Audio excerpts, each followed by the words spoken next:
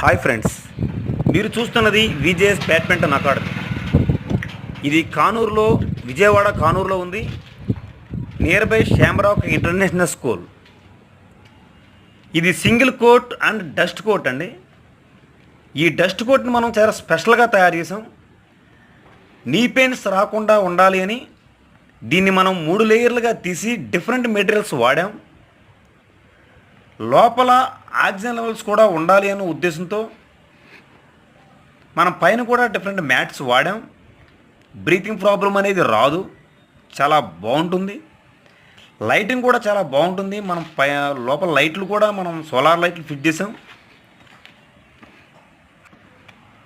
Monthly and hourly కూడా available ఉంది. దీనికి రీజనబుల్ ఫీజు పెట్టాం.